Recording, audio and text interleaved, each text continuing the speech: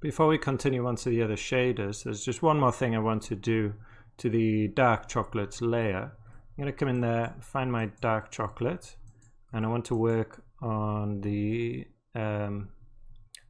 anisotropy. I'm not sure if I'm pronouncing that right, but it doesn't really matter.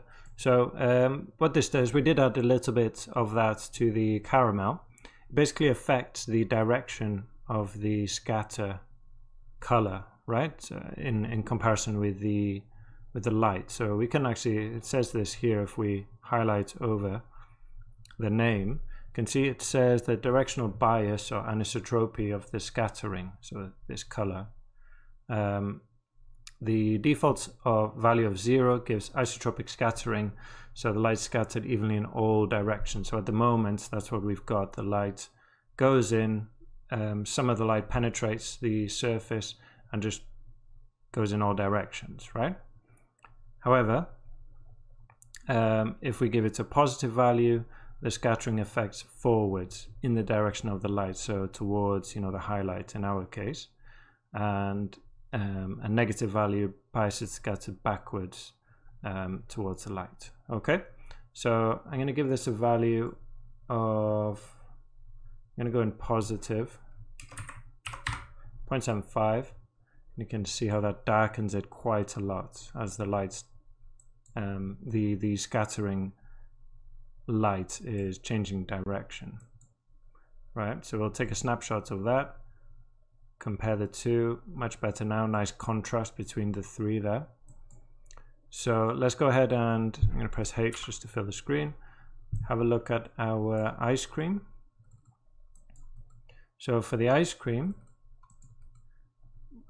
let's see,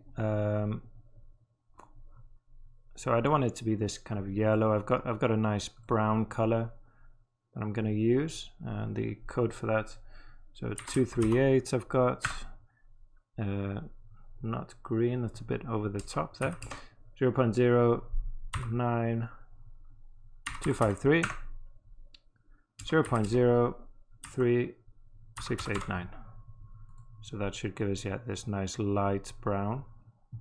Okay, we're going to want a lot more roughness, obviously, on this. Let's push it up 921. So you should see the highlights go there. And furthermore, the specular, I'm going to bring it down. So the strength of the specular highlight. There we go. You can see that's kind of flattening it out, Index refraction, bring that down just a little bit. And we'll add some subsurface to this. So I don't want too much. If I give it just a tiny bit, 0.1, give it some color to the subsurface, right? I've got a kind of nice dark brown. 6.7 there, 0.2346. 0.01165. The radius, so remember the radius is how far into the object the light travels before it begins to scatter, and the scale is just like a multiplier on that. So I'll bring this down to 0.2 more or less, a bit more, 1.8. And scale that down to 0.1. We'll give this some anisotropy as well, 0.5.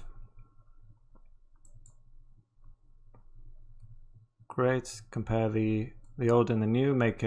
Take a snapshot of that. Or maybe wait for it to finish rendering the ice cream part at least.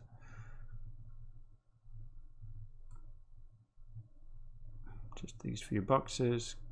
Good. Okay. What else? So we got the ice cream, the chocolate caramel, and this kind of white creamy stuff is done. Let's take a look at the stick here at the bottom. This handle. So I'll highlight that. Let's go and find that, our wood layer. Okay, so for this we're gonna need some texture to make it look like wood, basically. And what I'm going to do is drop a noise node. open that out and connect it, the color, directly up to the base color. So for the base color, I just want some big noise, just a general difference, you know, something quite not fine detail. So, you know, we're getting close to it there. Just it's a bit darker there, a bit lighter there. Let's kind of push the scale up a bit, even more. A bit more. 0.6. Go. And the offset, we can just kind of move it around, just so we'll get the same noise, but just in a different place. So you can see, if you keep an eye on the render area there, you can see it moving around. Just keep moving until you find something that you like. Maybe something like that. Like I said, something quite subtle. So obviously we don't want this in black and white. We got a grade between black and white there, so we can put in our kind of woody colors here. So I'm going to drop a 599 in red, 0.186289, oops, 289 in yellow, and then 0 there. And then in this color we got 1, you know, 0.694 and a 0.388. And there we go, we get this nice light woody color. Let's take a snapshot of that. Good, you can see just a bit of difference there. And then let's see, we can use a color corrected to affect the color in general. Connect that up. Okay, so we can use this to change the hue. Obviously we don't want to do that. Just your typical kind of color correct stuff. More contrast sometimes is nice. Right, but I just want to maybe, oops, put that to 1. Just want to raise the gamma a little bit. Oh, sorry, drop it a bit.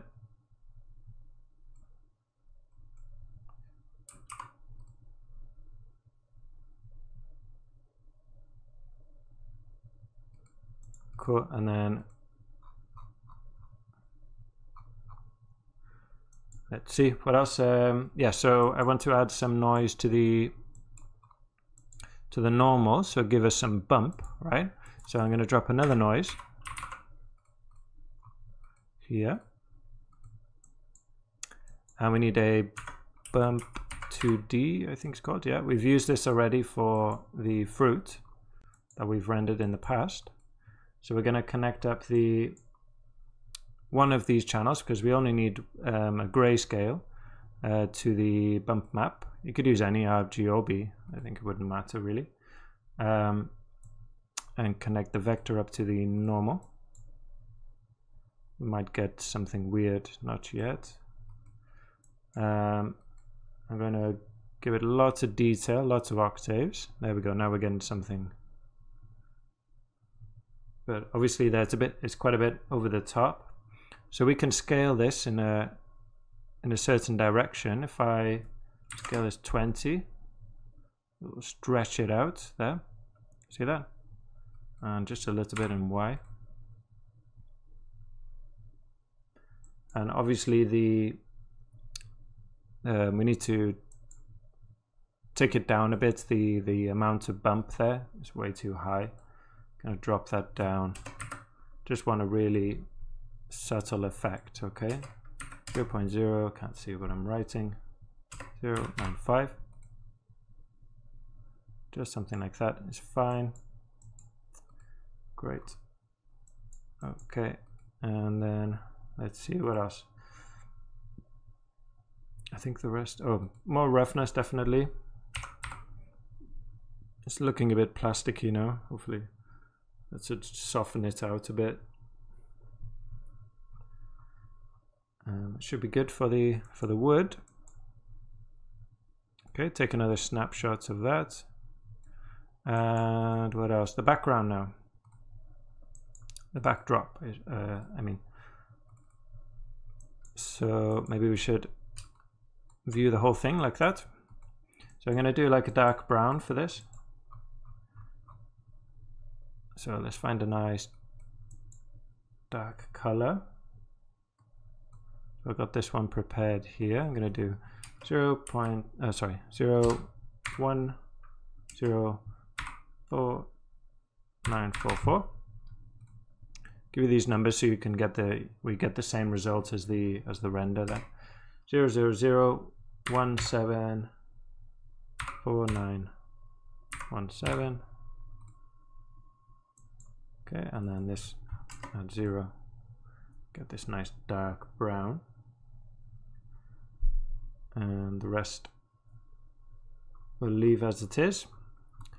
We will probably be adding some depth of field to the camera, so you know this will all be really blurry. Okay, so I think we are good to go with our materials now. Let's let that render out and then we'll continue on from there.